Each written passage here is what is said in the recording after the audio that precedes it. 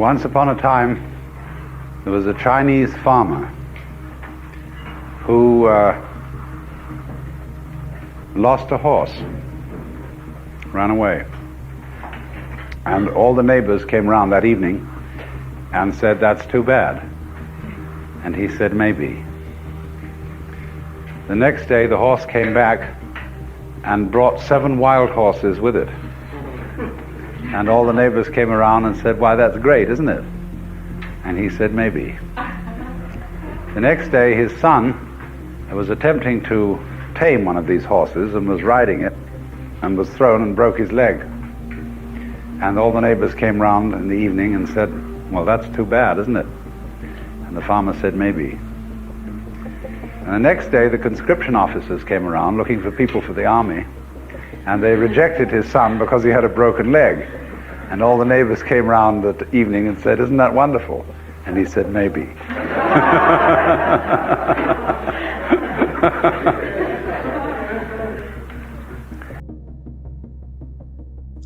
So you brought this up. We started talking about this. Frame it. This is a frame problem.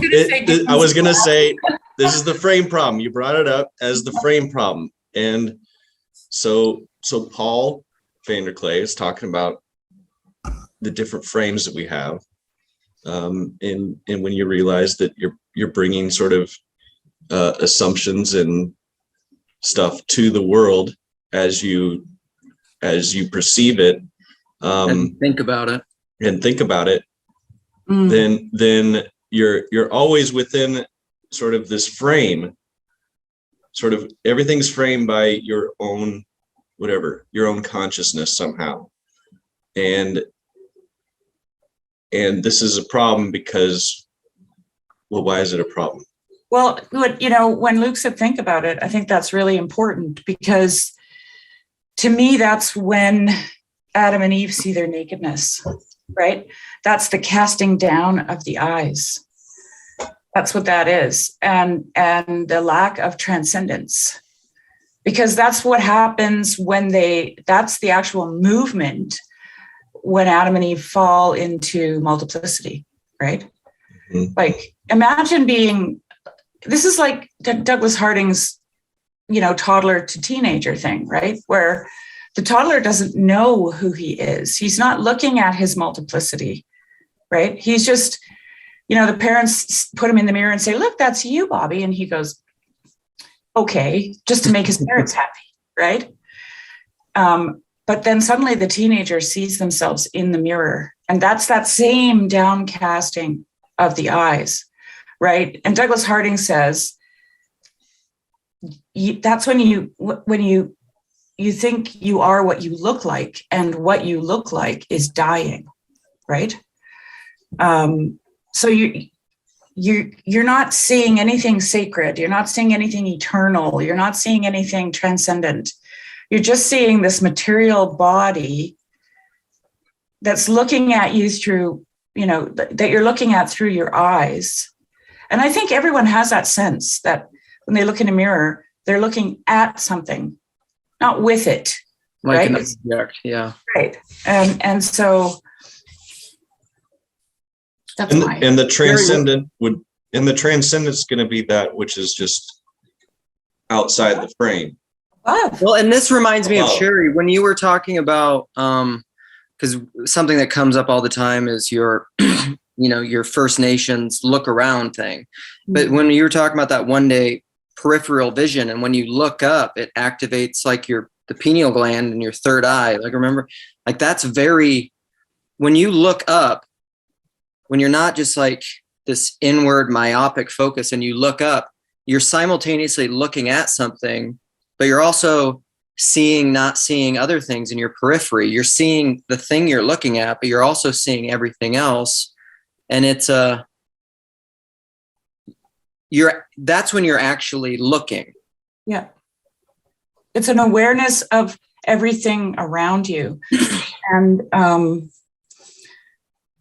trying to remember exactly how I phrased it this morning, but there's,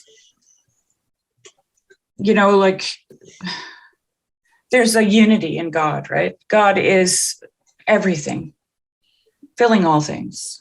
And And then there's this multiplicity below, but it is also unified in the sense that it's connected. Like if you think about Indra's net is this net. It's a web of a net, and there are these little jewels, right? And they're where the net converges, right?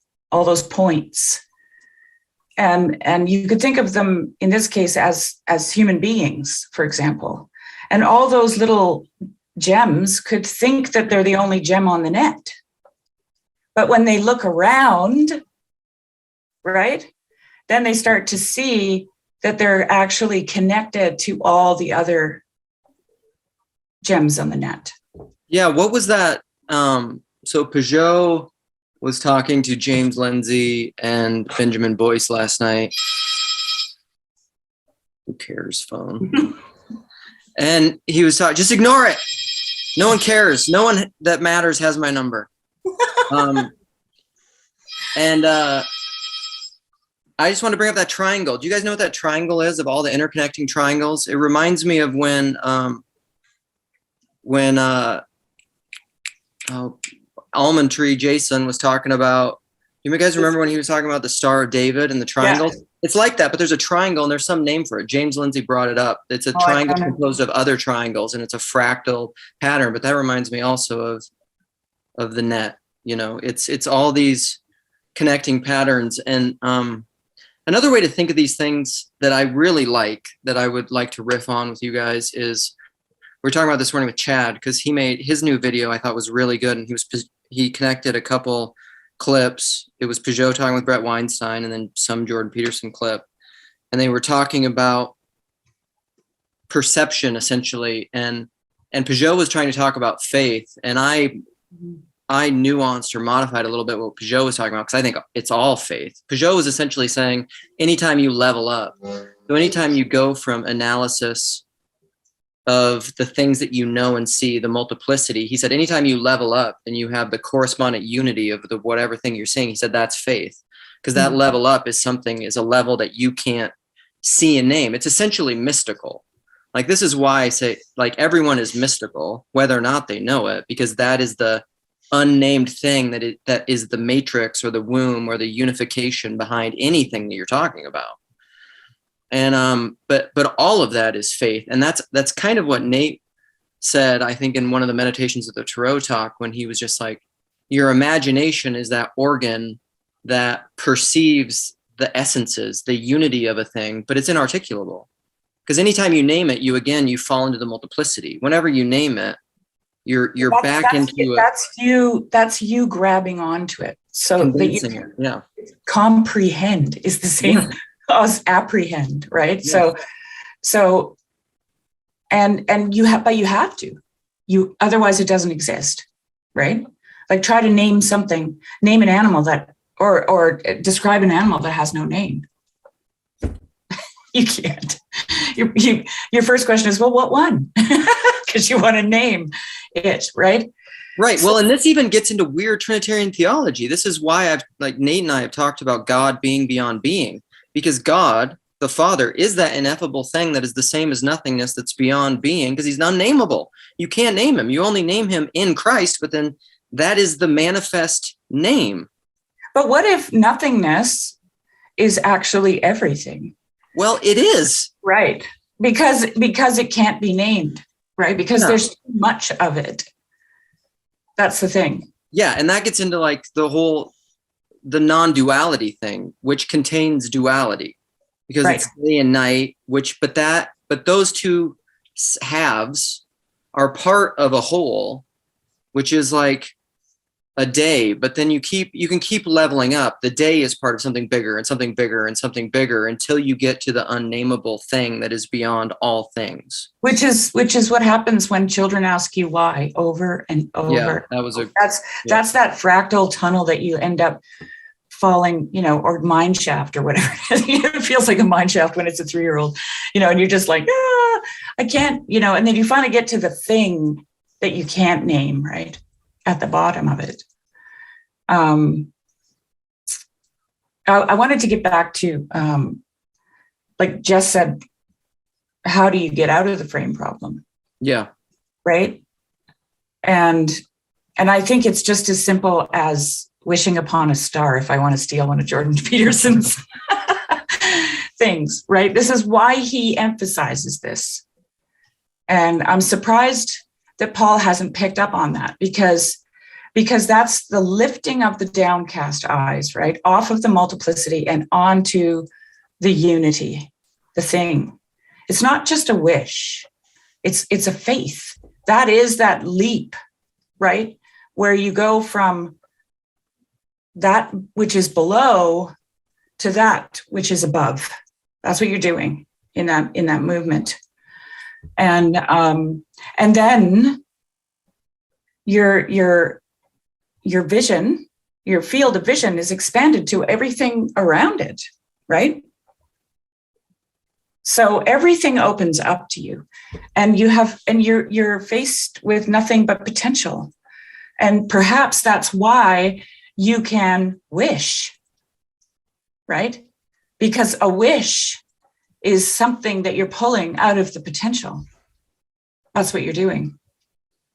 It represents, like when you make a wish, someone will say to you, here, make a wish, throw this penny in the fountain and make a wish. You can think of anything, right? This is the one time in your whole life where you can just say the dumbest thing. It's all there.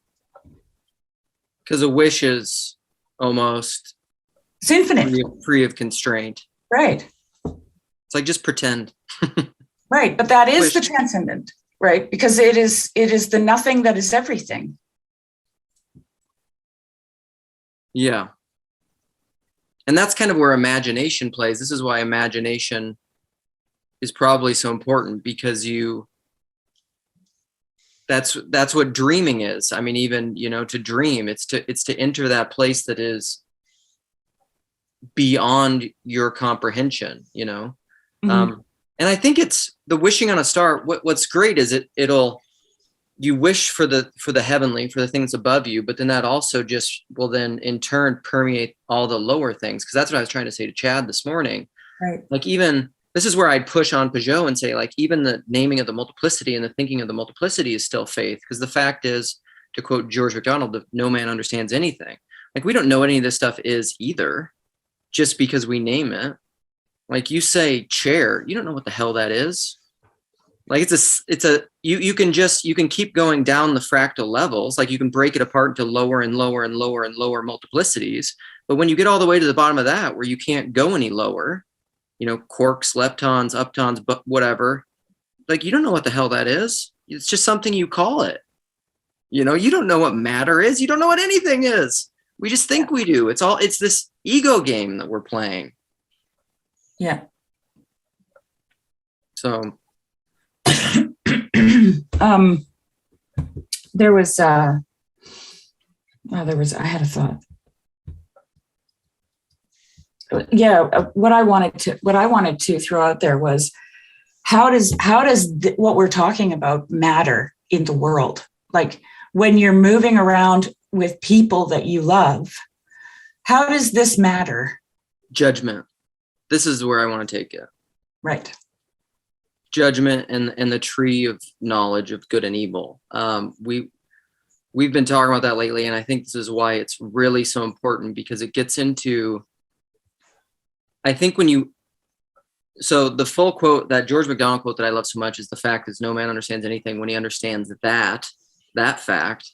Mm-hmm. That is his first tottering step, not towards understanding, but towards the capacity of one day understanding.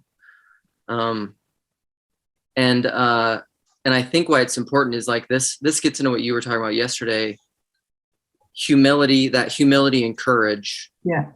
To walk on the water, and also to walk on the water, but simultaneously to get out of the place of judgment of your brother and yourself, so that you can actually live. Because I'm of the belief that when you're in this mode of being, of analysis and thinking that you understand things, and when you're stuck in the duality, the binary of the duality, and you can't see outside of that, like, you have no periphery third eye stuff going on, nothing that can transcend your analysis, you will be stuck in a hell of judgment, both of yourself and of other things and of all sorts of stuff.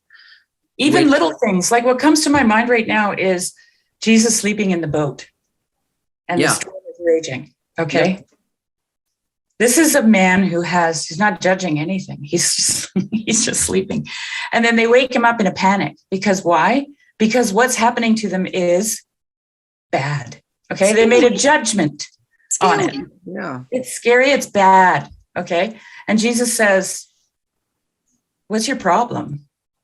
It's neither, right? It isn't anything. It just is, so to speak. Yeah. And I think that's why he says that, because how do I put this? No matter the outcome, everything is going to be what it's going to be, right? Yeah. Because there is a telos, and so, you know, in this case, I want to kind of just keep it to a simple case of judgment, not a judgment on a person or a judgment on an idea necessarily, but just a judgment on a situation where someone is judging it to be bad. Of course, we do that, and we need to do that to act. Okay, mm-hmm. We need the capacity to act, and we're able to do that by judging something, right? Is that ice thin? Is it going to hold my weight? You know, is this and that going to happen? Yeah. And but ultimately, if you get the 30,000 foot view, even if the ice is thin and you think it's thick and you go through it, the end game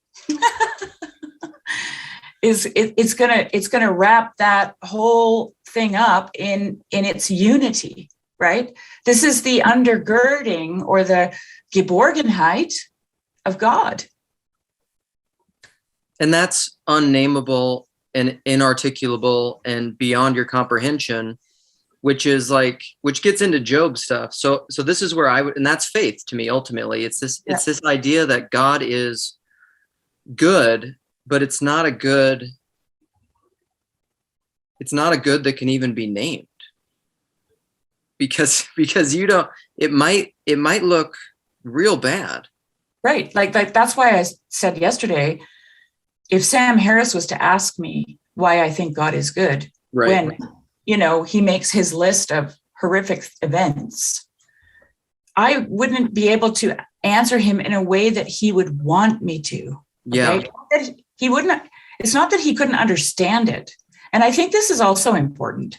Like I mentioned also yesterday, that I've seen people wander off into the landscape of pain and suffering as Christians and just turn back. They don't want to go there. They're like, no, I can't explain it, so I'm not going to talk about it. But it's not that they couldn't go there. They could walk out into that landscape. They won't. Yeah. That's the problem. And I think Job did. He walked right out into the landscape of pain and suffering, right? Jess, would you agree with that? Yeah. Yeah, totally. Yeah. He walked around, he looked around, he picked it up, he felt it, and he kept coming back to the same conclusion that he was righteous. And he said what he thought. Right, which was that. Right? That he was he was not in the wrong. So essentially, he wasn't going to make a judgment. He wasn't going to call it anything. He wasn't going to call it good. He wasn't going to call it bad. And then when he asked God for an answer, he didn't get that answer. He didn't get the judgment answer. Right. He got the unity answer. That's what he got. He got the whole picture. And somehow I think he saw himself in that, right? He saw himself in the whole, the function that he has. And that gave him a reason to live. Yeah, well, I want to see what Jess says, because this goes into areas where most Christians, especially conservative type Christians, dare not tread, because it gets into this duality, good and evil, and all of this being even within creation and within God, however you want to mess with it. Because we've been talking too, Jacob's been talking about this on his server lately, of like, I am the Lord your God, I create raw, chaos. Right. And Jess, you've been really meditating on that and contemplating that dynamic. Yeah, and I mean, as far as like the unity of all things, it's also how we view that. Is it a unity that's good or not?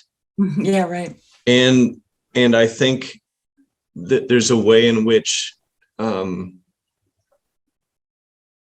lot of people think that there's something fundamentally not good in the whole unity of things, and that they've got to protect themselves from it, that they've got to, it's the, cowering and turning your head down, because what's out there, what is in the transcendent, it's all nothing good can happen out there. Whatever I can't see it's got to be bad. Right. And all you need is a couple bad experiences to just confirm that for you. Just be like, well, that I can say this happened and this happened and this happened. Therefore, there's no ultimate good. The good is within the small little world that I can sort of frame and control. So people, but this is a reciprocal narrowing. This is something that just gets smaller and smaller and smaller.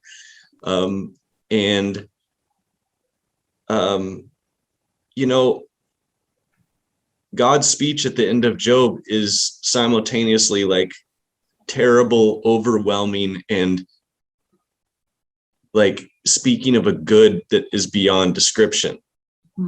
Like it's all those things at once. And God doesn't judge Job for his sort of reaction. So Job, first kind of laments and wants to be uncreated. He's like, there was no reason for my life. And then he kind of has this case against God. He's like, I've been dealt with unjustly. I'm innocent. And I don't, there's people that want to point out, be like, well, Job was wrong. Like, but that's not the point. and God doesn't even condemn Job for that, because there's something like, when we're going through that, we're going to react in the ways that we do. Sure. And he actually condemns the friends which are actually trying to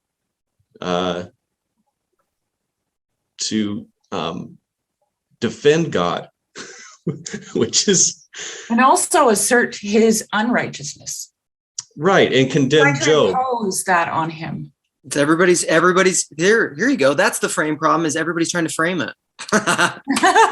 Yeah, and that's the thing is like when the transcendent breaks in on you, I think there's two fundamental ways that this happens to everyone that's unescapable. One is tragedy, and then one is just awe and wonder. And so those are kind of the two ends of the positive and negative emotion. Well, and often, so what this is reminding me of, often those are the same things. Like, do you guys remember when Jordan Peterson was talking about people? And this is a matter, it is a matter of perspective and time and maturity and all that stuff, though, is he would say often some of the most tragic things that have happened to people in their life, in the moment, they hate. And they think this is a terrible thing. Their judgment is like, this is bad. And then down the road, 5, 10, 20, 30 years, their assessment and judgment then is, this is the best thing that's ever happened to me. This is why I've been thinking about that parable so much, of like the farmer, like we'll see. Like what Jess said, tragedy and awe. Yeah. I was thinking terror, because that's what tragedy invokes, right? Terror and awe. And how often in the Bible is that awe translated as fear? Yeah. Because it contains all that at the same time, right? You have this terror and you have awe. And I get this image of, the fairy tale where, the person in the story has to enter the deep, dark woods. There's always the deep, dark woods. Right. Yeah. What they is that? go in and they battle all their whatevers, their demons or actual monsters or whatever. And then they come out on the other side and they're transformed. And that's the pattern. That's the good pattern of a fairy tale, right? Where they don't go into the deep, dark woods and die. Hansel and Gretel go into the deep, dark woods and they almost die, but then they kill the witch and they're reunited with their family and everything's, wonderful. And they're transformed. Now they're smarter, they're stronger, they're more courageous. They're all those things, right?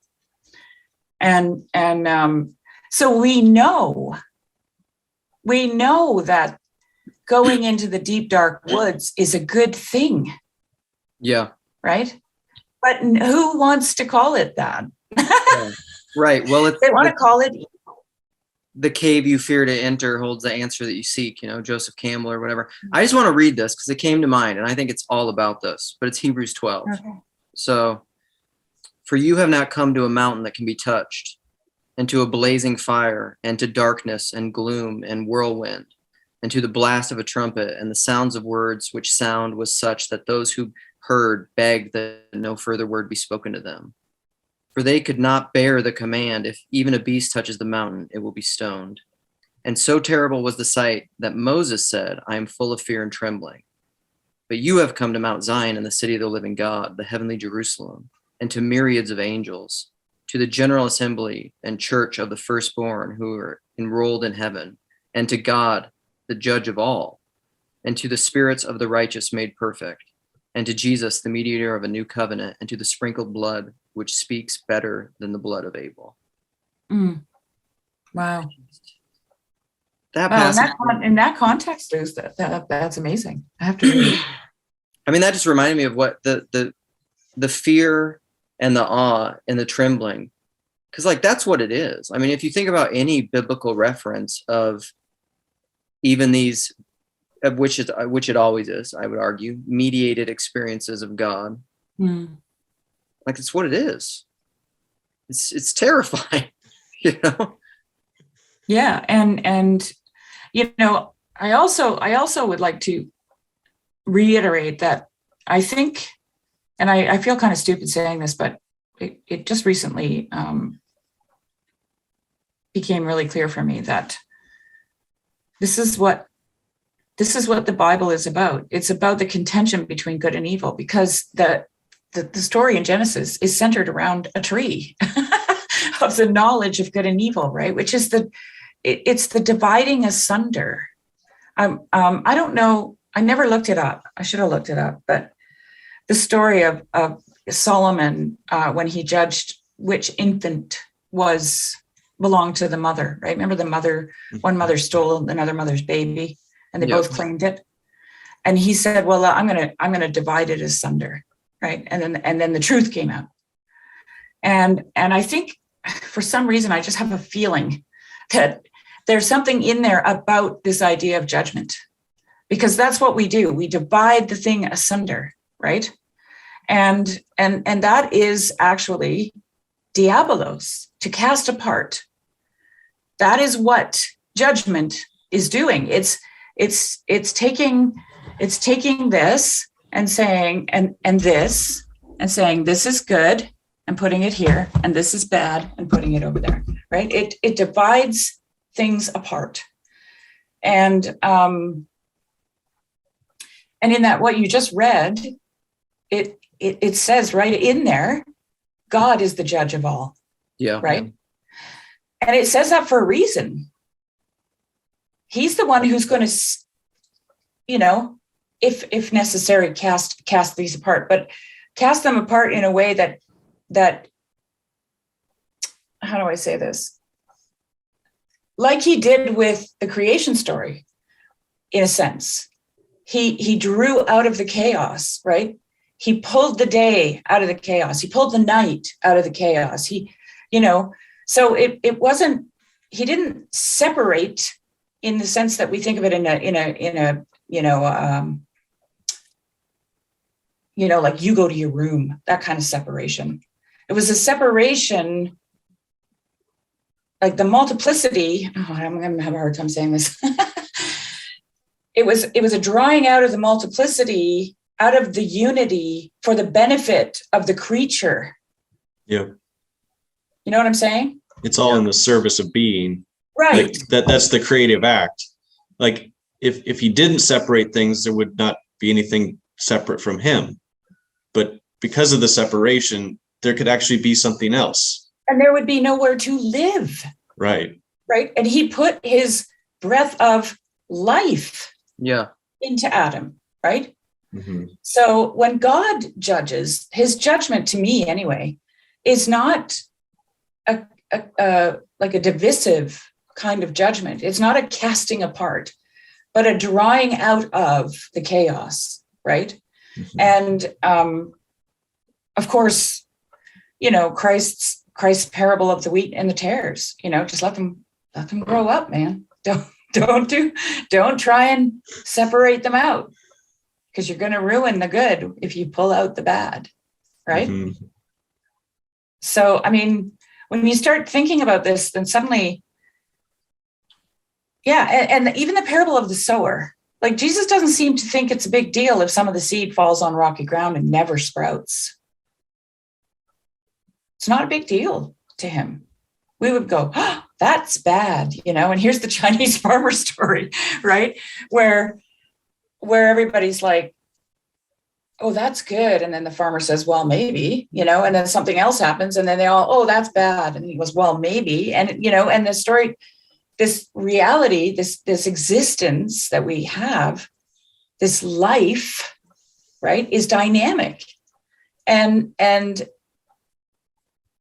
I really I'll be bold enough to say that I really don't think that we have,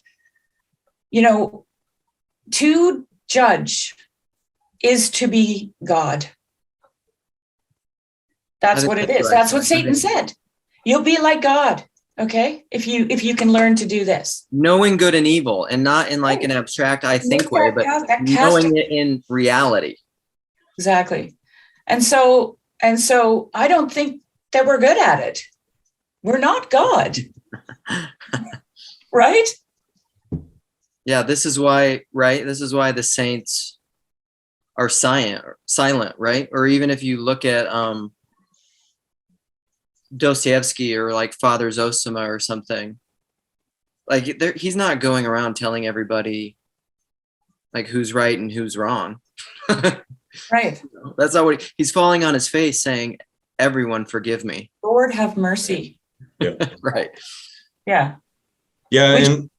Go ahead. Well, and I like we were talking about Diabolus is what cast apart. But like that integration is a healing process. And so right. Like there's ways in which we're divided that when things come together in us, we actually sense it as healing. It actually is healing. And it, there's something about the human person that is able to hold things together within ourselves and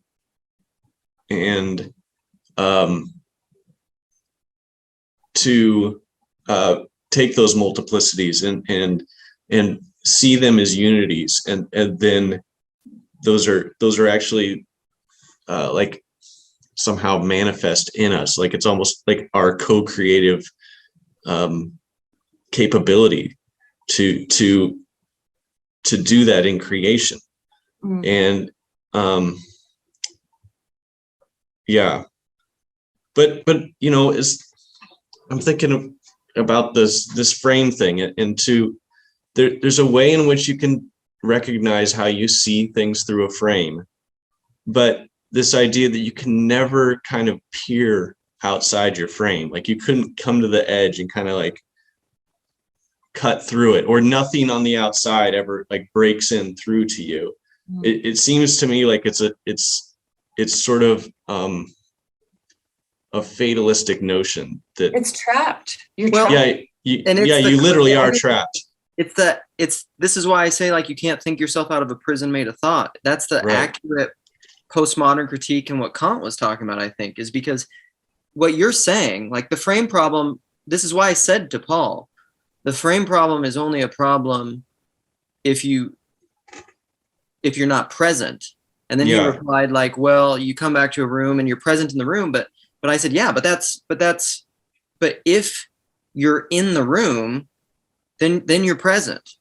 The only way you're not present in the room is if you're cutting yourself off from the room and looking down and like going into yourself in a closed off way, and you're stuck in the prison of all your ideas and articulations. But the reality is, this gets into the non-dualism, is the reality is none, we are and we are not there, because anytime you're participating in being, this reality of the coincidence of opposites and the inarticulable is happening all the time, because that's what you're interacting with. Is like the mystical reality that's beyond your comprehension. Like, what the hell do you think you're interacting with? Yeah. Well, this is where Piranesi comes in, right? Because in Piranesi, if nobody's read the book, there's a house. Is it a house? I guess it's a house. Yeah. But it's like massive, like it's huge, filled with rooms. Miles and miles of house. Yeah. Some of the rooms are crumbling and falling apart. And a lot of the space hasn't yet been explored by Piranesi, and he lives in this house. And he lives a very meager existence, actually. He's wearing rags and he's eating raw fish and, and climbing up statues to get out of tidal, tsunamis and all this stuff, right? But he's not afraid. He's never afraid. Right. And he sees the house as a unity. It's a house that it's benevolent and it's kind. Those are his words to describe the house.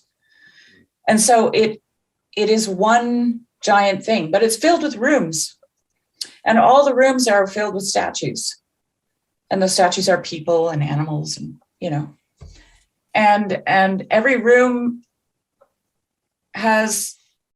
there's something about the room, like there'll be a room where he goes and fishes, and there'll be a room where all the seagulls nest, and there'll be a room where whatever. I can't remember all the details.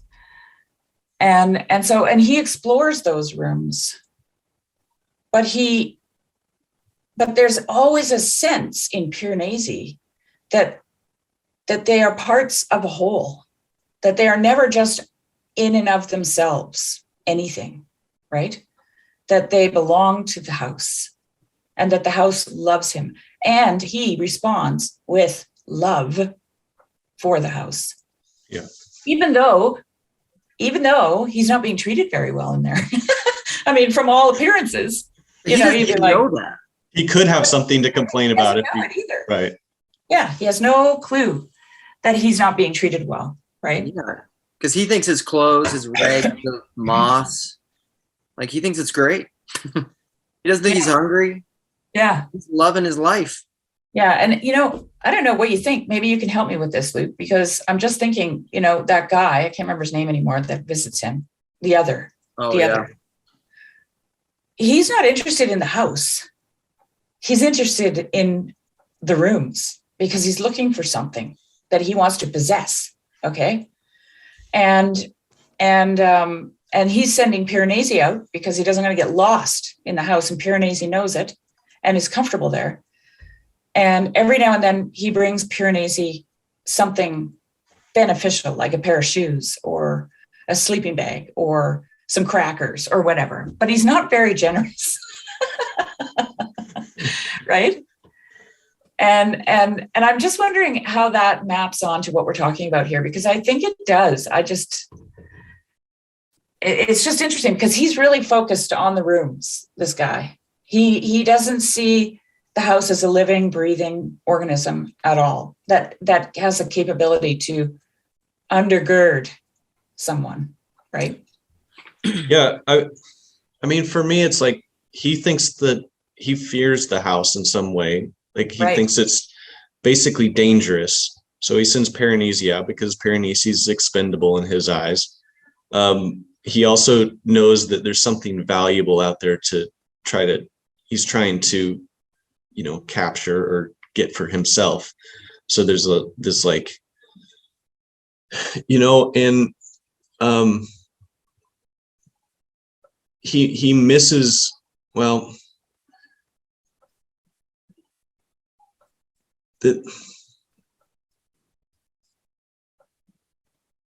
there's a way in which Piranesi's love and trust of the house, he knows the house looks on him with love, and he looks on love toward the house. And there, this gets into like, it's, so much of our religious stuff is trying to get our own viewpoints correct our frames, we'll say.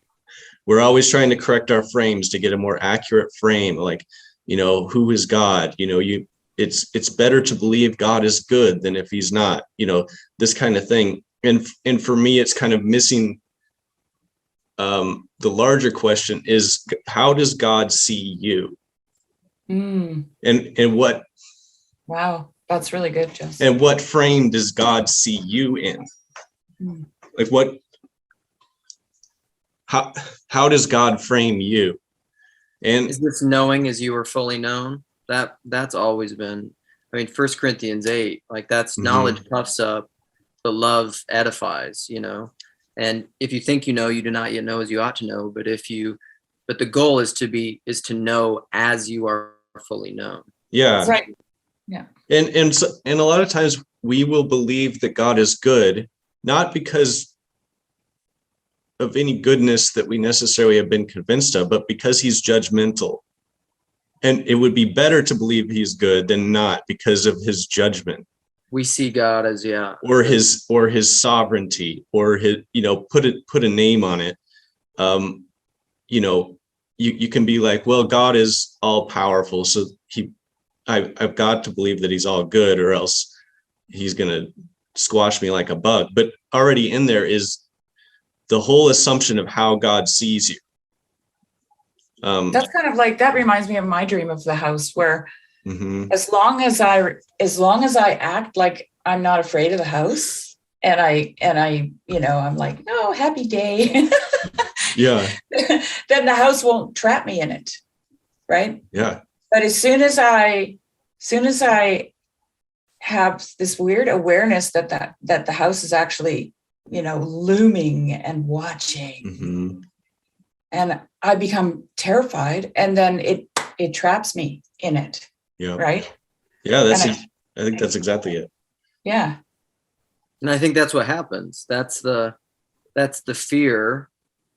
In very broad strokes, I would say that's the fear that stems from a lack of faith in this ineffable goodness. That, I wouldn't even reduce that to like what you would even conceive of as goodness, because what the hell do you know? Right. And so, but like that fear is the thing that then closes you in on yourself, and you're stuck. You're trapped. You can't interact with the world anymore. This is what I think Barfield is talking about. This is when you don't save the appearances. This is when your ideas become idolatry, because they trap you. Yeah. And part of this getting to that point is you almost have to go to the end of your own frame. And so you have to take whatever viewpoint you have, and you have to go all the way to the end. And it's only when you get to the edge of your frame and you peer out, and sometimes those things come crashing down on you. Sometimes it's not something you go and seek. But if you are to seek it, I think you basically have to just go all the way, like whatever you're doing. That's why I said that's why I made that point, that there are people that won't wander into the landscape of pain and suffering, right? That's right. That inability to go to the edge of their frame. And voluntarily, but eventually I think they'll get there. And this would bring in like what I think of as Nate and Sam are going to talk about this, I think, in Tradition and Apocalypse, but like the ideal polar bears, or the ideal Christ, or the ideal white stone you. Like that's that is the thing I think that is at the end of the U-shaped journey, and it's unavoidable. This gets into like what we were talking about the other day with whether you are someone who just like gives in to a libertine, licentious lifestyle, or you are the religious, pious rule follower. Like it doesn't necessarily matter, because you can, like, whether or not you want to stick in your frames and just insist on that, insist on your own way, insist on your own understanding, eventually, like, you will get to the point of, and this is like the transcendent pragmatism that I would call just like Christian wisdom. It either works or it doesn't work.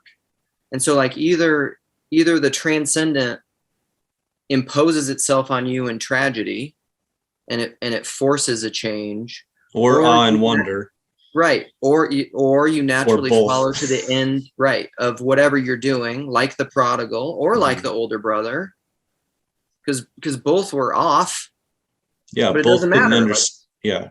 I mean, you're gonna get there. I mean, this is like, Jess, you said that before, and I love it. Like, you're gonna get there, because where else? Like, there isn't anywhere else to go. Yeah, God's everywhere. He's he's at the highest heights in the depths of Sheol, and even, where can I go to hide from him? There's nowhere you can go.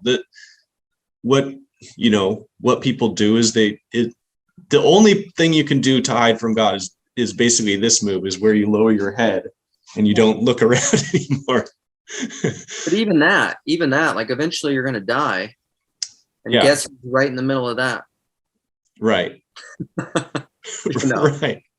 This is where the Christian story, I think, I mean, and like, this is where, like, when I talk about anything, I'm talking about everything. Because like I was talking to Joey the other day, and we were trying to bring in perennialism, because that was initially what I was thinking about talking about, was like perennialism and non-duality. And Joey was just like, when you talk about perennialism, do you essentially mean, like, is that what you mean by universalism? And I'm like, well, or non-duality. And I'm like, yeah, kind of. It's just all the same thing. It's the unity of everything. Yeah, it's just, they're like just different. It's like slightly different takes. It's just like a different word. Yeah. Like, what's behind that word is all the same thing. Yeah, and my whole thing is, like, I don't know how, like, because I'll see this, and like I've seen it in my own life, and I could tell the stories, and I don't know how to make other people see it. And it, like, because I think the first question they're going to ask, even watching this conversation, they're going to say, well, how do I act then? How do I act in the world if I can't tell what's right? What do I do? But almost that's a smuggled judgment, right? Sort of. I mean, it's a legitimate question. I mean, if I want to be fair, it's a legitimate question, right? And this is why we have multiplicity, I think. Like, this is why, duality is not, it's a part of our existence. Yeah. Absolutely. Okay. And God created us in the environment where we need the particular, right? We need the multiplicity. But I think that the key is to, well, like you said yesterday, keep your mouth shut and just, right? Love. How did you put that? Keep your mouth shut and love everyone. Something like that. Well, and love your enemies. Yeah. Well, see, this, when you said that, it dawned on me, because I had that scene of Christ standing before Pilate, where, Pilate's like, are you going to judge this? Are you going to say these people are wrong and you're right? Right? That's essentially what he's asking. And Jesus kept his mouth shut. Okay. He didn't judge it. Yeah. And then Pilate said to him, behold the human being. And I think this is really important, because this is the humanity of Christ, in the proper orientation, right? That is not separating the wheat from the tares. That is not calling what's obviously wrong. He could have. Like, a lot of people are like, why didn't he defend himself? He had every right to, right? But what's so crazy is, like, we've talked about this too, like the crucifixion, the passion of Christ. Yeah, it's obviously wrong. And it's also the best thing that's ever happened in the history of the world. And the worst thing. Yes, it's both. Right, which is that coincidence of opposites. Yeah. Right, which is that tension that gets that. This is where you transcend. Okay, right here, and I think this is how you can act with what you know. So you have these particularities, you have this multiplicity. You can say the crucifixion was bad because look at the horror of it, but you can also say it was good, and people want to call that a paradox, and just. When they say paradox, they're actually what they're doing is they're putting the thing in the broom closet and closing the door. Okay. But what do you do with that paradox? Well, to me, that's the crystal sea. That's where everything becomes solidified and unified.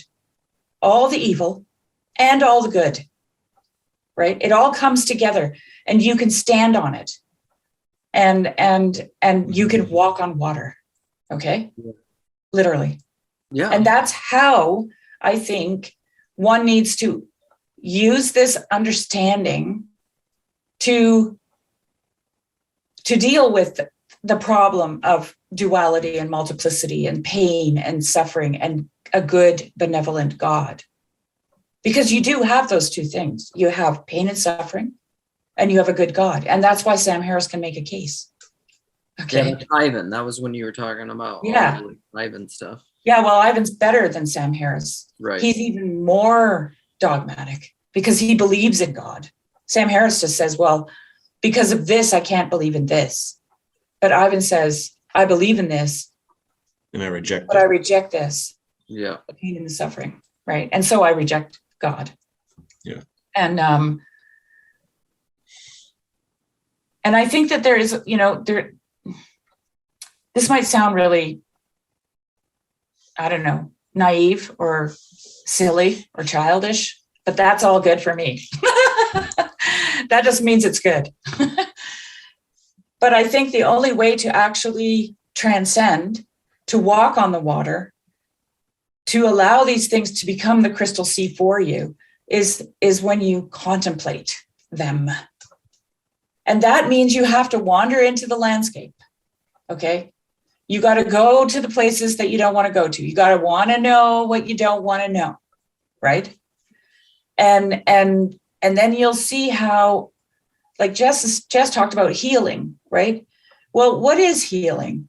You have a cut in your skin and suddenly you have two opposites.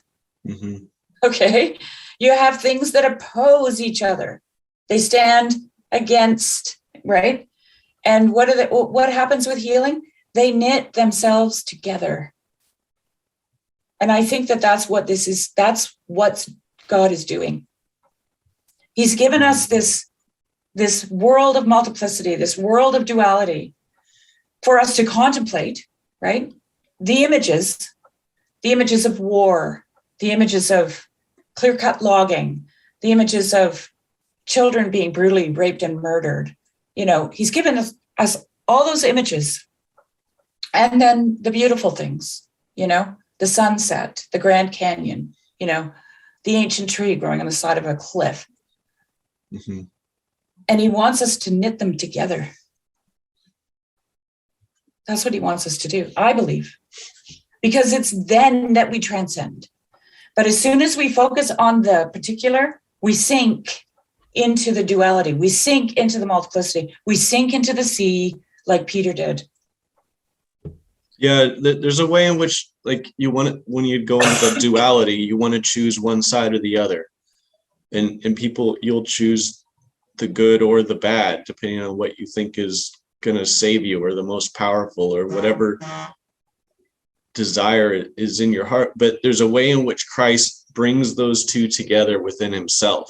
So on the cross, he holds together both all the evil and all the good and all the world together. I think that's what we're meant to do, is we're meant to hold the dualities together. We're meant to basically hold the world together. And this is to see the unity in everything, to witness it, and then also to be able to say that it is good. Like that's look on all of creation as God did and say, this is good. Right. What's happening. And it's not simple. But I don't think we, going back quickly, Jess, to that image of God saying this is good. Before he said this is good, he said let there be. Yeah. Okay, and this is that being a good thing, right? Yep. Let there be, and it is good. And that is really the essence of what we're talking about. Yeah. I think being is good. Yep. And this is why when I talked about Ivan yesterday, I was saying what Ivan was saying with his speech when he rejects God is he's actually rejecting his own existence, because what he's saying is being is not good. That's what he's saying. Mm-hmm. And, and then Mary reiterates it when she says, let it be unto me, right? And we can look at what Mary's situation was and we could say, well, that's not good. Right. Right. But Mary said being is good. Let it be unto me, right? Mm-hmm. She agreed with God that being was good. Yep.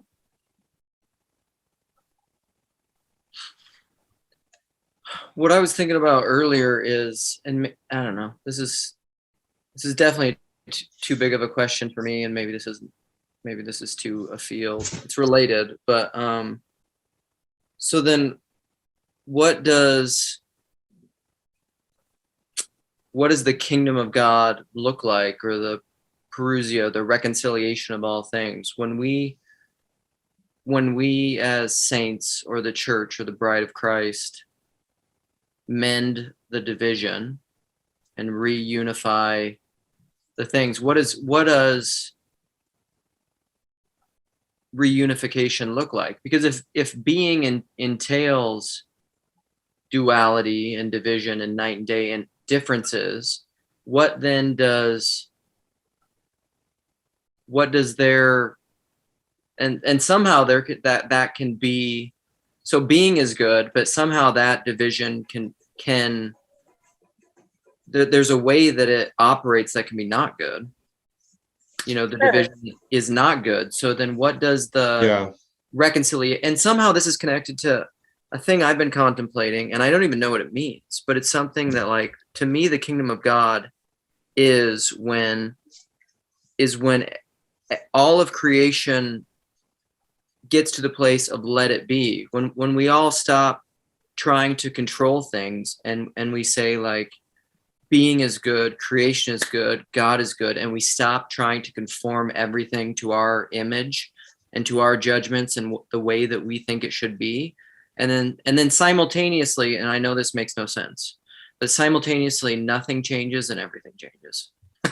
This is right. Yeah, Luke, this is the new heaven and the new earth. Okay. So you have this teleological new heaven and new earth, the destruction of all things, but it's fractal, right? When you reconcile things, multiplicities, particulars, when you bring them together in your own life, in your mind, let's say, suddenly you're living in a new heaven and a new earth, right? Nothing is the same anymore, right? And yet everything is. Yeah.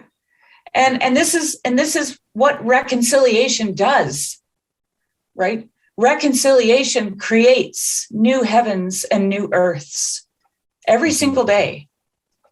It does that. So is that it then? That, like, it's the evolution of consciousness, and our consciousness now is such that it sees the world as divided. And when we get to the place of let it be, the world will cease to be divided. If everyone does, yeah. And that's final participation. I think so. I think so. And it sounds really simple, but how hard is it? Like, just think about that task. Well, right. It's exactly like walking on water. This is what I was thinking. In order to walk on water, you can't even be thinking about this. Like I watched last week for family movie night, I watched The Last Samurai with the kids. And I love Japan movie, samurais and stuff. And it's a little violent, but don't judge me. Don't judge me. Listen to the whole thing. And my wife was working, so it was just my choice. And there's a point in it where he's learning to sword fight, because the samurai are bad, right? And they're the ones that he's fighting against, and he's hired as this American to go fight against them after he's killed all the Indians, and he's drinking himself to death because this guy himself. He's going to train, and he gets kidnapped essentially by the samurai, but then he's living with them, and he starts learning to love them, and he's learning to fight with these wooden swords. And something that they say is he's fighting, and he can't ever beat this guy and can't do well. And then they just keep saying, no mind. And it's essentially like, get out of your head. Like you're thinking about it. And when you're thinking about it, you can't do it. Like you can't react. It's like riding a bike. It's like playing. It's like doing any skill. When you're in your head, this is Polanyi, right? Subsidiary focal integration. When you're focusing on it, you can't actually do it. You can't play. Yep. You can't sword fight, whatever. No mind. But that's also the walking on the water, right? If you're sitting there thinking like chaos, water, like I sink in that, like you can't do it. You won't be able to do it. So then I was thinking earlier when we were talking, I was like, can I even imagine? Like existentially imagine. Theoretically, I can imagine. But like existentially, can I imagine stepping out of a boat onto water and having no thought of sinking? Like, I don't think I can. No, I can't either. I would be dishonest to say that I could do that. Right. Right. And it's unfathomable to me. Yeah. Yeah. I think that's what it takes. Yeah. I don't know. It's a trip. Yeah, but that's like being caught in your frame or being present, what you're talking about. That's the frame problem. Yeah, the problem is being aware of your frame and you're stuck in your head. Like that's the thing. It's a little bit like Piranesi, and that's another reason I like Piranesi so much, or like the Green Lady, but not quite, because the Green Lady in Perilando is a little different. But like she wouldn't even. This is why she was such a confusion and so confusing to Ransom constantly. Is like all the stuff that he normally was thinking in his fallen self, his inwardness, his looking down, his analytics. Fallen. Right. All of that she just had no experience with. So she was just like, why would you think that way? And like she just couldn't understand. And then he'd walk her through it. And that's what the whole book is about, which is why I love it so much, is this dance of like an unfallen consciousness that could really go either way. Mm-hmm. Like it could go the way of mankind, or it could not. And like that's what that whole book and all the dialogues are about, that. Because she's just like, she's in total harmony with the world, and the animals just come with her and carry her around. Letting it be. Yeah, exactly. Letting it be, right? And we say fallen, but we don't think about what that means. We think we fell from a throne. Mm-hmm. We think we were kings and queens, and now we're peasants wearing filthy rags, right? And no, we fell into the multiplicity. We sunk down into our frame, if you want to put it that way. We stopped looking up. We fell right down. And there was something else I wanted to say. Anyway, I forgot.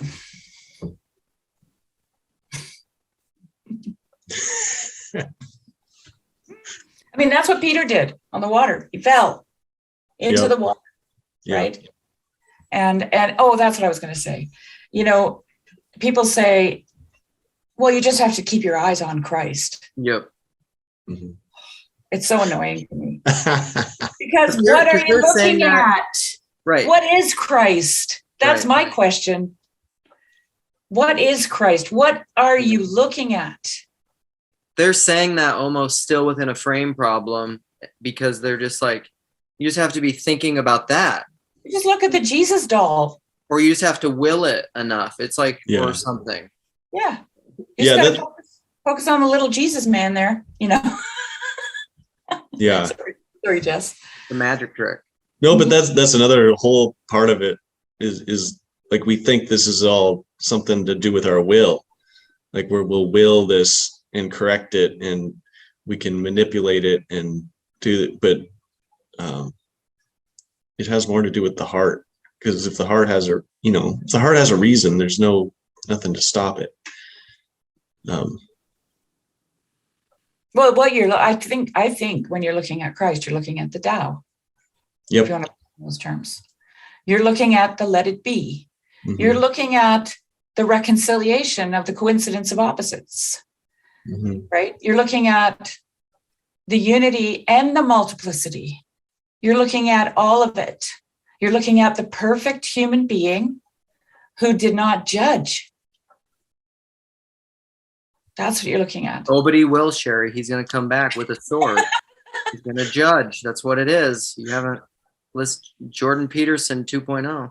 Right. Jordan Peterson 2.0. No, it's not 2.0. That's what I meant. That's the Jordan Peterson 200 level classes. Right. And I'm not minimizing Christ to a philosophy, okay? Like, that's not what I'm doing. I'm not saying Christ is the Tao, but the Tao is Christ, right? Because God is everywhere present, filling all things. So, C.S. Lewis wrote a book on it too, if that triggers people. Yeah, and that's why I'm not going to call it bad or wrong, okay? I always, I anticipate, because I know this culture and I came out of it, kind of what I would call like the dualistic, analytical, deistic Christianity that's in this mode of judgment and choosing all the time. Like I hear in my consciousness Congress all the retorts of like when we're saying different things, and but like to me that's the problem. That spirit, the spirit that has the immediate impulse to come in and like want to start making divisions and judgments and analyzing, that analytical impulse is I don't know, that's what I was talking about with Chad this morning after I watched his videos. I just said and that to me is the frame problem, is to be stuck in that world, that prison made of thoughts and all that analysis. It actually means that you can't actually listen to anyone because you're constantly analyzing it. You're reducing it to what you know rather than wanting to open up to the thing that you don't know. The thing that is outside in your periphery. It's the looking up. Like you have to look up. If you're looking down all the time and analyzing, like you're stuck in that world. Right.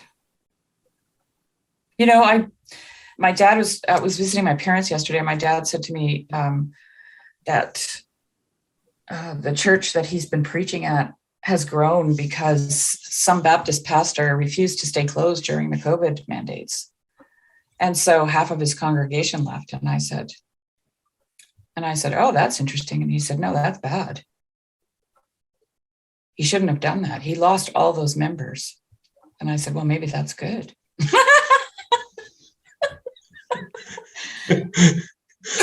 Right?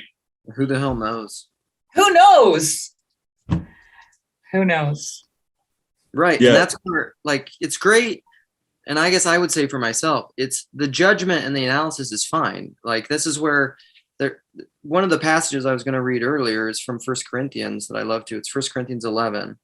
And Paul is talking to him about, divisions that are going on with him. And he's saying, he's talking about their, eating at communion and all this is happening and they're not doing it right. And he says, but in giving you this instruction, I do not praise you, because when you come together, it's not for the better, but for the worse. For in the first place, when you come together as a church, I hear that divisions exist among you, and in part I believe it. For there must also be factions among you, so that those who are approved may become evident among you. But the Greek words translated division and faction are different. And so to me, the way that I've always taken that is kind of what we're talking about. It's the difference between judgment and opinion, is that Paul's saying, like, of course you must have opinions. Like, everybody's going to have opinions. Like, that's how different people have different opinions, and that's how you see what's evident, and you have conversation. Yeah, I mean, but like, there shouldn't be factions. It should never divide you. If your opinions divide you, then like you've missed the whole point. Like, that's not what it's supposed to do. Of course you're going to have opinions. yeah, this okay, I want to just make a mental note so I don't forget. Cheese. Yeah, cheese and condemnation. Cheese and condemnation. Cheese and condemnation. Got it.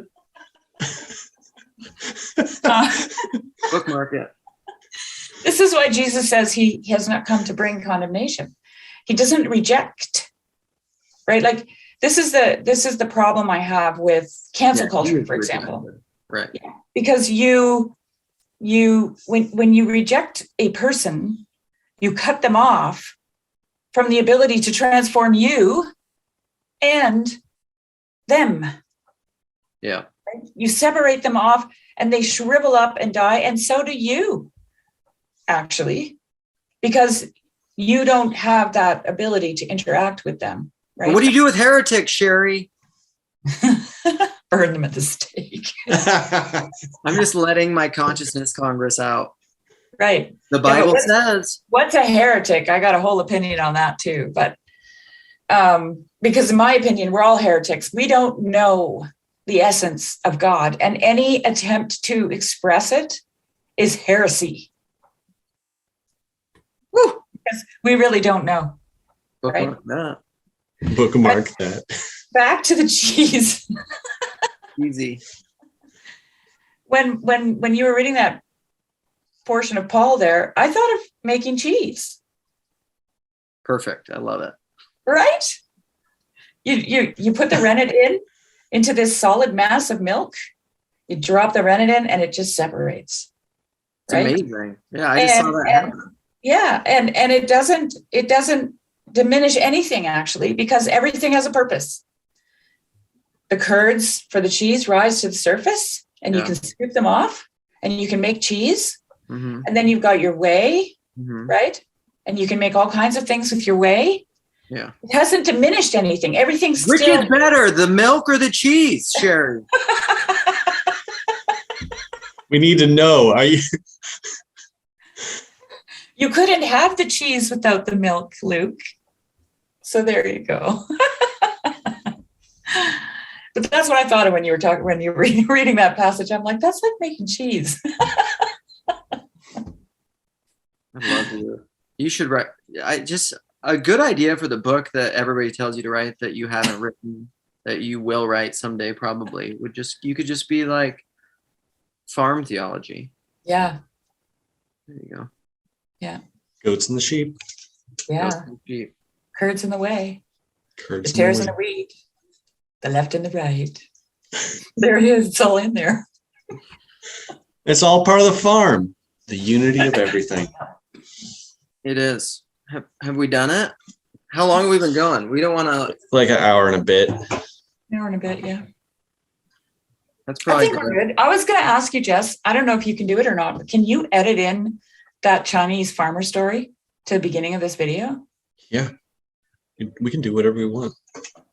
Hell yeah. Can you edit like me, but like make me hotter? Yeah. Just put a big Orthodox beard on, Luke. That would look awesome. It'll just take off your mustache. Just a razor, just edit in a razor coming in. Yeah, it'll actually be shaving you during the video. So like a Disney magical razor, like doo-doo-doo. I was just going to say that mustache is growing on me, but it's actually not. It's growing on you. Growing on me.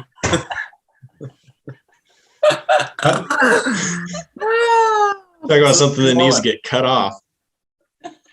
Thrown into the fire. What's that mullet thing going on?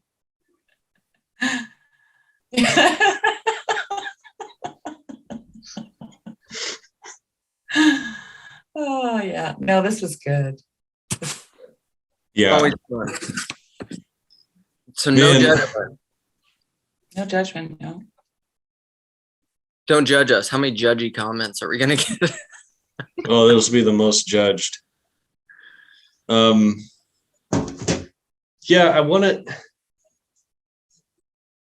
to tackle sometimes just like, I don't know, the whole thing and that you brought up about, I can't remember names anymore. Ilyosha and Ivan and Oh yeah, that would be a fun conversation actually. because that's so intense. Very. And then how to work in, because if it all has to do with being and somehow, I don't know, like it, because he makes the argument that it's better for that little girl not to ever have been than to have gone through that. And I think the counter argument is it's better that she is, that she got to be. And I don't know, that would be an intense conversation. That one we could bring in too, because it's something I've talked about a little with Cal, but I think it would be an interesting connection with that. But like the son of perdition, it would have been better if he were never born. No? Yeah, that too. And Job. And Job talks about not wanting to be born. Job's everything. Just saying. Job is everything. Job is everything. everything. And I don't understand how it's in the Bible and then no one knows anything about it. Yeah. That's because it's like God. It's everything, so they made it nothing. Well, and Shari, you said before, it's like if people don't understand it, they're just like, well, it's just kind of complicated and God's in charge. And yeah.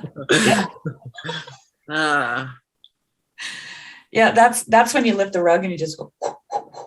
Oh my gosh. Shari, also, you gotta watch Tree of Life. I know. Oh, I need to watch that too. Yeah. Have you not seen it, Jess? No, you know what? In Tarek, what's the movie? Thin Red Line. There's that one, the main character soldier, he doesn't judge anything. I should have brought that's a huge Malik thing. I mean, that's a hidden life too. Yeah, because he is throw down your hypothesis for Franz Jägerstätter. For what? Luke has a hypothesis about Franz Jägerstätter in A Hidden Life that I think is absolutely true. He didn't judge the Nazis? Yeah. Right. Yeah. Well, and what's interesting go ahead. Well, the reason I can resonate with that, because when he has that interaction with that older Nazi guy at the prison, he's actually loving him by not judging him. Mm-hmm. And you know it because the man sits in his chair. He wants to rest in that, in the place where he sat, where Franz sat, because it was like Pilate, when Pilate said "Ecce homo." Mm-hmm. He was being the true human being, right? Mm-hmm. Yeah. Yeah, and it's almost like that bringing together of opposites is like it's that concentration without effort. It's the work.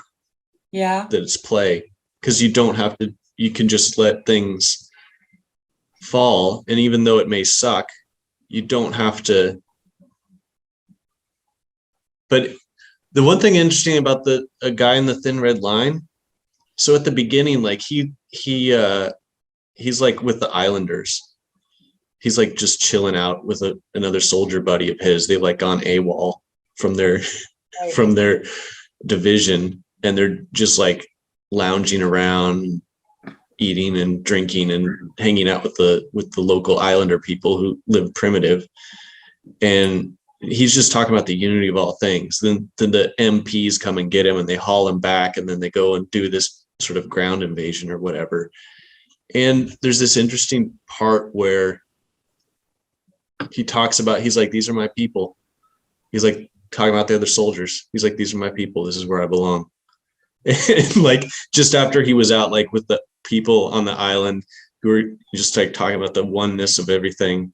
And then he talks about how those guys were his people. And then like at the very end, he gives his life for them by I forget exactly how it happens, but the Japanese ambush is kind of sneaking in from behind, and he's the only one that spots it. And so he actually ends up dying, warning everyone of that. And I'm just like, he could have made a judgment against the other soldiers and been like, you idiots, you don't understand the oneness of everything. I saw it with the Islanders or whatever. He never did that. He was present wherever he was. Yeah. Right. Yeah. He was also Jim Caviezel, wasn't he? The guy that played Jesus in the Oh, he was. Yeah. Yeah. Interesting. Yeah. For sure. It's a very, I don't know, I feel like, and you start to see it just kind of everywhere. It's like the prodigal son when he comes back. Well, there's no words of judgment. It's not like, what the hell were you doing? Yeah. And I mean, just that example that Jess is giving there, he was all things to all men. Yeah. Right? Paul talks about that. Yeah. And like, I've often wondered what it would be like to have lived, in the crowds when Jesus was walking around. You got this religious mindset and, of the Jews. And then you've got this pagan culture, right? There's a mix of all kinds of things going on. And other forms of Judaism, the Samaritans, you got all these people. But they all have a frame, okay? They all have a way of perceiving the world. And then along comes Jesus, and he's just darting in and out of everyone's frames. Right? Hanging out with Jesus is the frame problem.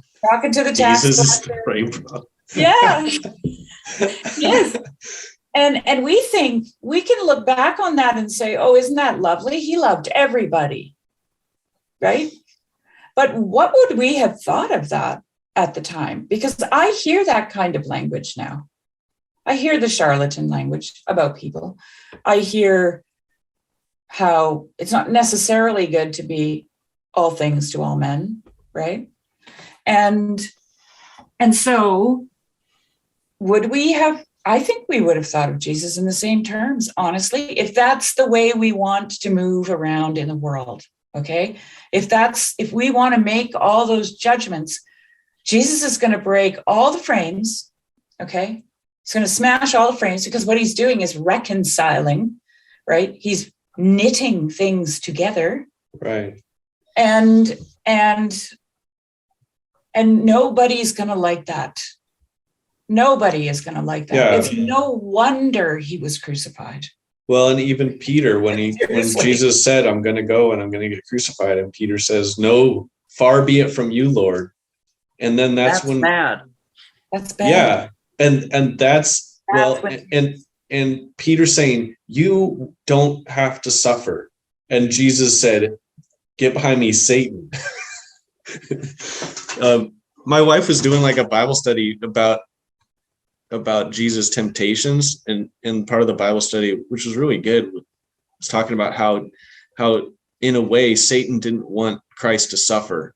He's like, hey, you're hungry, turn these stones into bread. You don't have to go and die on the cross, just bow down and worship me and the nations are yours. Like he was trying to make it really easy. And I don't know, there's something in that there is something in that. Actually, I'll give you a little teaser trailer for tomorrow. Well, no, not that kind of teaser. Oh goodness, we don't need that teaser, Luke. Luke's in his tighty whities, like, damn, what kind of video is this? I'm laughing embarrassedly. No, we're going to talk about something in the meditations on the tarot tomorrow that you're going to have to watch that conversation because okay. It's interesting. And yeah, I've thought about that too. When in the light, in the context of what we're talking about with judgment, because like Luke said, Peter's calling what Jesus is going to do bad, right? Yeah. And so he's casting apart what Christ is doing as a whole. Yeah. He's trying to separate it up into little bits. There's a good part and a bad part, and we'll do all the good things. We'll leave out all the bad stuff. Right. And that's when Jesus calls him Satan, when he starts casting things apart, right? And parsing it up. It's like my niece said to my sister once. She lied. She was a little kid. And my sister said, "Are you lying to me?" She said, "No, I'm just telling you the nice truth." The nice truth. That's funny. It's a good line. Yeah. Did you guys watch Peterson's video on perception? It just came out a couple days ago. That's probably what Chad clipped in his video. Yeah, it was so freaking good. Yeah, but he gets to the end, and there's something, I don't know, there's something about the end that he doesn't quite nail it, and I don't know what it is. He's like all the way there, and then he goes and he says what he thinks, but I feel like everything's kind of building, and it's like, what does he say? I mean, well, he's a little bit too mystical, where he just sort of is like, wait a minute, does not compute. No, but it's like he I don't know. It'll take me a minute to describe, but he was like talking about perception, the problem of perception, like how do we perceive things and how do the meanings come to us?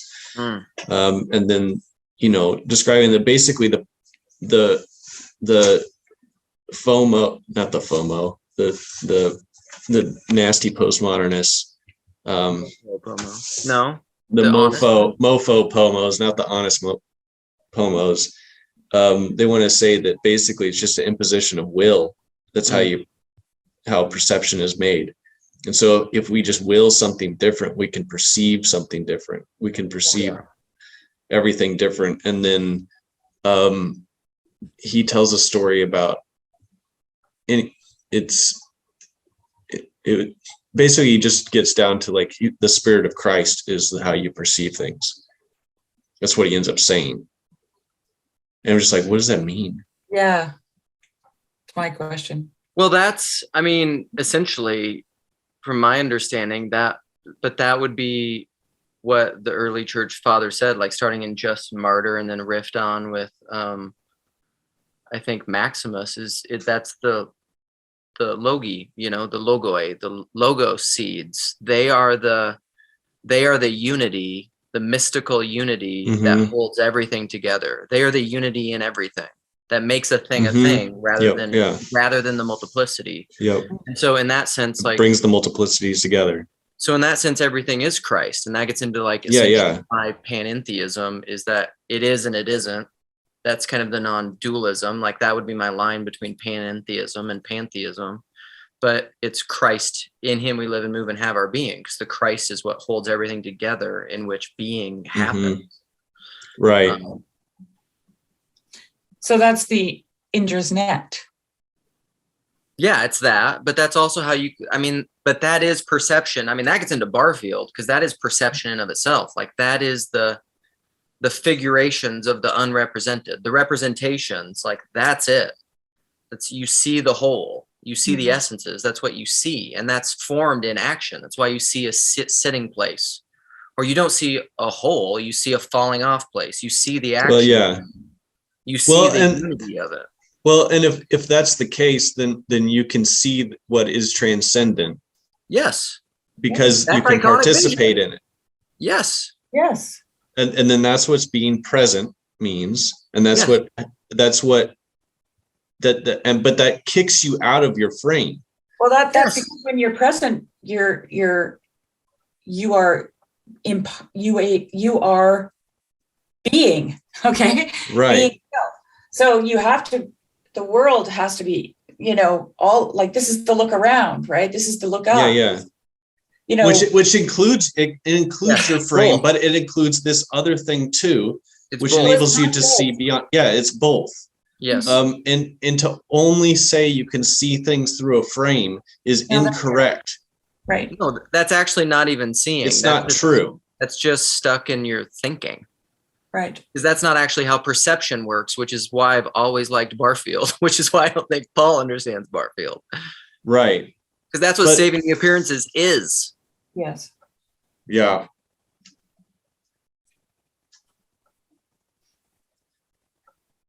Yep. Yeah. I'm just thinking about, of course, George MacDonald's quote that, the world is man turned inside out, right? So, and I actually think that a lot of what George MacDonald talks about is what influenced Barfield's thinking about this, as well as Steiner, right? For sure. And so how do you express yourself or even know yourself if you are not aware of, if you are not present in the world, right? Yeah, because like there's a sense in which you have to trust the transcendent, like I was saying about like how what we think God thinks of us or how we think God sees us. If we see God as someone that basically is judgmental towards us or someone that we should fear for all kinds of reasons, like that'll basically, it's a distrust in that transcendent where we have to understand that the transcendent, though terrifying and overwhelming and awful, full of awe, is fundamentally good. Right. That's Piranesi. Right. And so you have to have the trust in the transcendent, but you also have to have the trust in yourself to go beyond your frame, to be able to use that sense within yourself, which is something like your heart, to push you past your own limitations, right? Because if you don't trust yourself, you'll never get out there. Right. And also, if you don't trust the transcend, like those things for me are like tied directly. Reciprocity. Right. It's so if I'm afraid of like myself and I don't trust myself because I've made bad decisions in the past and my heart is corrupt and full of sin and deceit, and which is all true, but you can Jeremiah also say this 17:9, Jess, the heart. Well, you can also say about all else. about everything out in the world. You can say there's all sorts of things to deceive and to kill me and to harm me, but there's something else beyond that, and there's something also deeper within me, which is sort of the image of God. Well, this is Piranesi. Like, this is Piranesi, Jess, because the rooms are dangerous. Some of the floors are sloping, the ceilings are falling in, there's huge tidal tsunamis coming in,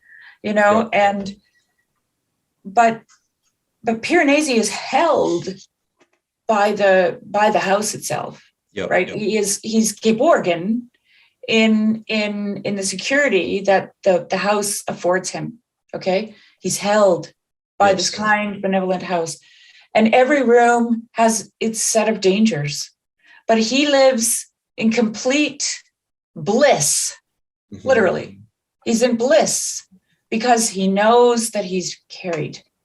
Right. And there's a level to that too, that like, this is why I think the fall, both very big picture, but also existentially, is important, through the Douglas Harding phases, because it's like being held by the mother. The baby doesn't ever fear the mother's going to drop them. It's the Geborgen thing, but yet you have to come to the place of self-awareness where you know yourself, the mother, there's a difference there, and then still trust in being held while not just having the then what happens, Luke, is the child suddenly develops a fear of falling. Right. Okay. When it sees there's a differentiation. Yes. Then it becomes fearful that it falls. Yep. Harding talks about the sage. And the sage is where the toddler and the experienced elderly person come together. Okay. Yeah. And what that is they know that they'll fall, but they are also geborgen. And that's Piranesi. That is what Piranesi is. And that's why Piranesi appears childlike in the story, Yeah. right? He's oblivious to all the suffering that he's going through. He's happy. He's always happy. Yeah, I am free, Franz Jägerstätter. Yes. Yeah. Yes. And there's a scene in A Hidden Life. Well, there's actually, he plays on this a lot, I noticed, where Franz is in the prison or at home or whatever, and he's always looking up. He's always looking into the clouds or into the distance. Yep. He has this really like huge vista in front of him always. Yeah. And his wife is always in the dirt. She's grabbing, there's this one scene where she's just grabbing the dirt, or she's digging and she's crying and she's, because she's bound to her multiplicity, right? All the problems that she has because her husband is gone. And he's also been condemned, right, by his fellow villagers. So that puts her in that camp. And so she's dealing with this multiplicity, and he's focused on the unity, right? That I think that's pretty intentional in the film. Yeah, he sees the goodness that he can't understand, because from an analytical perspective, nothing he's going through is good. And this is where, like earlier, I was going to say this too. This probably gets into like one of our earlier multi-day intense debate / discussions of Abraham and Isaac, and where Nate, I don't know, I think I'm still different than Nate in this regard, is I think Abraham went to sacrifice Isaac, trusting in the goodness of God, legitimately thinking he was going to kill Isaac. And Nate's just like, no. Well, I think he had to. I think he had to believe that, actually. Well, I think otherwise there's no point. Right. Well, there's something, I don't know if this is necessarily true to the time, but there's something about, like, I bet there was a temple he could have gone to have Isaac sacrificed at. There was human sacrifice going on. There was probably some sort of god that he could have taken Isaac to the temple, had him sacrificed, or he'd done the sacrifice, whatever. But instead he goes to the mountaintop. Why? Because he wants to go see God himself. He doesn't want to go to, he wants to make sure it's the one true God that he's going to go do this for. And this is Abraham taking his frame to the limit. He's going to go all the way. And then it's only there that an angel appears and the ram is in the thicket.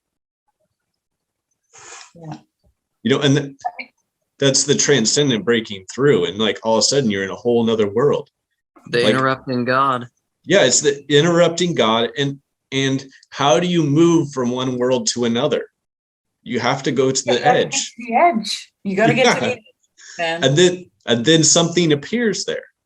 And that's courage and humility. That's the impetus for that.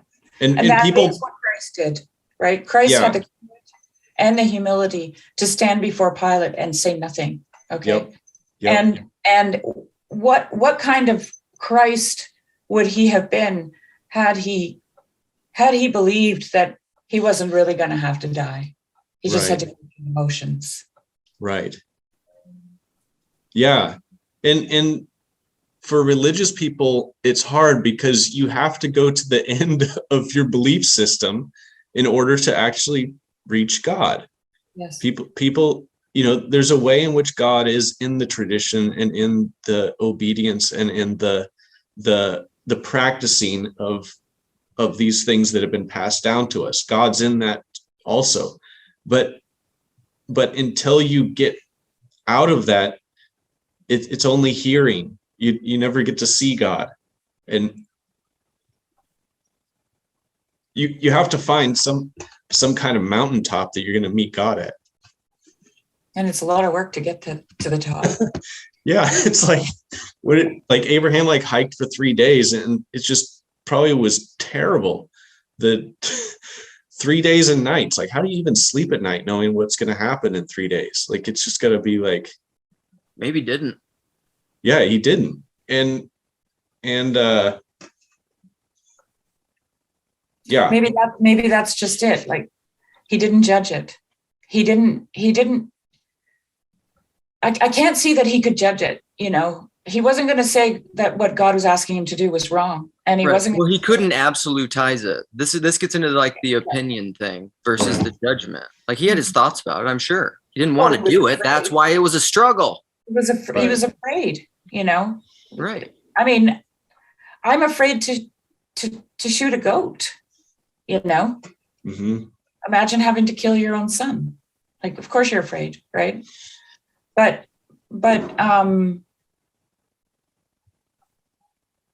you don't want to kill your kid. I think the only what was that? I had to make a kid joke. You don't want to kill your kid. I do want to kill my kids sometimes, yes. Oh. Now you just doubled down. That's the right kind of doubling down when it's a double entendre joke. Right. Yeah. No, actually, what was I going to say? I was going to say something about the lack of judgment on. I think that's the only way Abraham could have done that in true faith. Yeah, it's a really good picture of that because it's both of those things. He had his duality opinion. He didn't like it, which is why it was a struggle. Otherwise, he would have just done it without thought and just been like, you know. Psychopath. So he had his opinion, but he didn't absolutize it. He didn't elevate like his credo. He didn't lean on his own understanding. Yeah. He didn't elevate his map above the transcendent reality, which is faith. Right. Right. Or iconic vision, or whatever you want to call it. Yeah. Yeah. Yeah. Good. Well, We did another part. Let's do a third part. Let's keep going. Is this a second part of what? I don't know. We're just like keep recording. Oh, just within this. Yeah. We kind of we're had like a moving lull. into- We're like, we're done. 2 hour. No. We're moving into the 2 hour zone. Yeah. So you could do part 1 and part 2. Just kidding. I'll just edit together the best parts. No. all of a sudden I'm in like a Terrence Malick film and like I couldn't even make the cut. I'm just out of it. It's just me and Shari talking. It was like he said to make him look better, and so we just removed him. We think the best look for you, Luke, is We tried getting rid of the mustache and we just decided. And we then got rid of the mustache and it just got rid of Luke. There was nothing left you after started that. with the eraser, and you were just like, meh. No, that was all he was. He was just all mustache. And when the mustache left, he disappeared. Maybe you could do that. Just have a mustache. Use my mouth. Oh. Dad will maybe make funny clips out of it. Yeah, we should make this as surreal as possible, and then Oh man. Is this? Are we gonna do randos since randos has been yeah, probably. dying?